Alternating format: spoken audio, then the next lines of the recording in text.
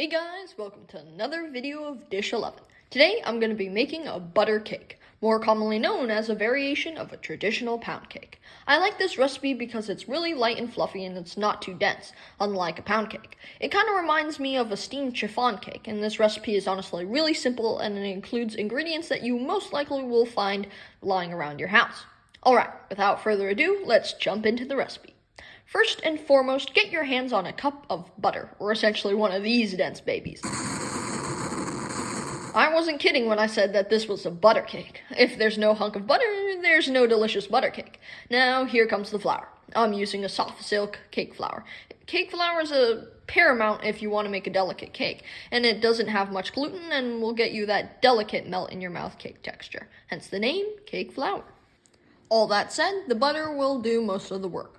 Add in about a half a teaspoon of baking soda or 2 teaspoons of baking powder and whisk.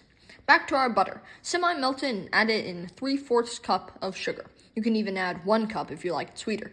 And once that's done, take a mixer and set it on low, then eventually high. Whipping the sugar and butter together first will result in a fluffy cake. Now, I'm going to step back for a second and let you figure out what happens when there's a mixer that's not connected to the power.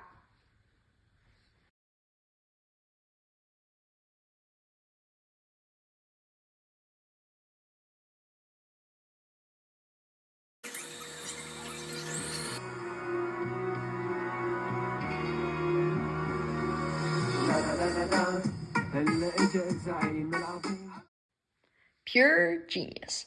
Now, periodically scrape the mixture as well as the bowl to ensure that everything is equally combined.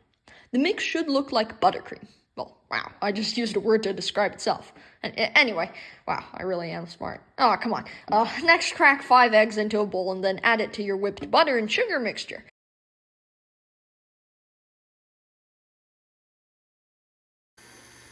Once it's combined, add in the flour and keep mixing until you see the mix leaving these type of trails behind. The texture at this point should be like sour cream. And as an optional step, you can add either heavy cream or milk to make this batter slightly richer. I'm just using whole milk. You can also use 2%. Add some vanilla as that always gives a good flavor boost, and now spoon the mixture into a baking tray.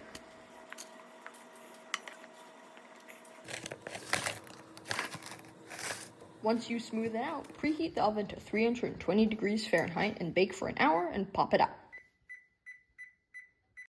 A little cracking is fine unless you're baking for someone else, and presentation doesn't really matter. Taste does. Stab your creation with a chopstick. I know it looks ghetto, but it works. If it comes out clean, it's done. And woo-woo, it is done. Slice this sucker open, reap the benefit of your hard work. I mean, the cake came out super fluffy and super spongy, and I would say it's pretty darn delicious. Well, I mean, I can't say that yet, but, well, here, I'm gonna nib off a piece and taste a chunk. Whoa! Oh, nice save, Ian. Okay, well, wow, there are pretty intense flavors here. It's super spongy, and, I mean, that's all I can really say. Came out great, and it's really delicious. Well, I hope you guys enjoyed this video, and I'll catch you guys in the next one. See ya!